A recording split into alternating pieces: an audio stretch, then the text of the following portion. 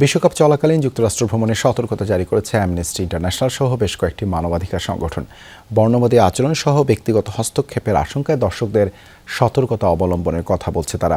তবে এই সতর্কবার্তাকে রাজনৈতিক চাল হিসেবে দেখছেন দেশটির travel association CEO Jeff Freeman. দরজায় কড়া নাড়ছে 2026 ফুটবল বিশ্বকাপ। মাঠের লড়াই শুরুর আগেই মাঠের বাইরের উত্তাপে উত্তাল অন্যতম আয়োজক দেশ যুক্তরাষ্ট্র। তবে এবার আলোচনা ফুটবল নিয়ে নয়, বরং দেশটির মানবাধিকার পরিস্থিতি নিয়ে। অ্যামনেস্টি ইন্টারন্যাশনাল সহ যুক্তরাষ্ট্রের কয়েক ডজন নাগরিক ও মানবাধিকার সংস্থা জারি করেছে এক নজিরবিহীন বিশ্বকাপ ভ্রমণ সতর্কতা। তাদের দাবি, প্রেসিডেন্ট ডোনাল্ড ট্রাম্পের কঠোর অভিবাসন নীতি আর ক্রমবর্ধমান স্বৈরতান্ত্রিক আচরণের কারণে দেশটিতে মানবাধিকার পরিস্থিতি এখন তলানিতে।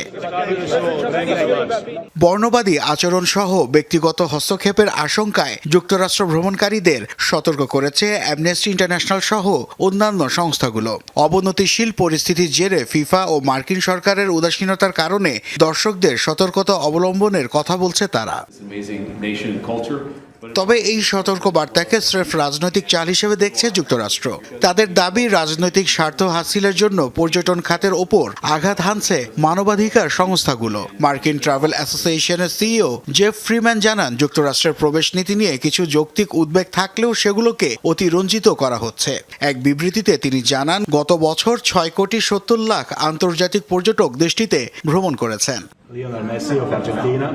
আগামী 11 জুন থেকে উত্তর আমেরিকার 16টি ভেন্যুতে শুরু হবে ফুটবলের মহাযজ্ঞ, যার মধ্যে 11টি স্টেডিয়ামই যুক্তরাষ্ট্রের। তবে মার্কিন মিত্রদের সাথে ওয়াশিংটনের দূরত্বের প্রভাব সরাসরি আঘাত হেনেছে দেশটির পর্যটন খাতে। নাসিফ শুভ, যমুনা স্পোর্টস।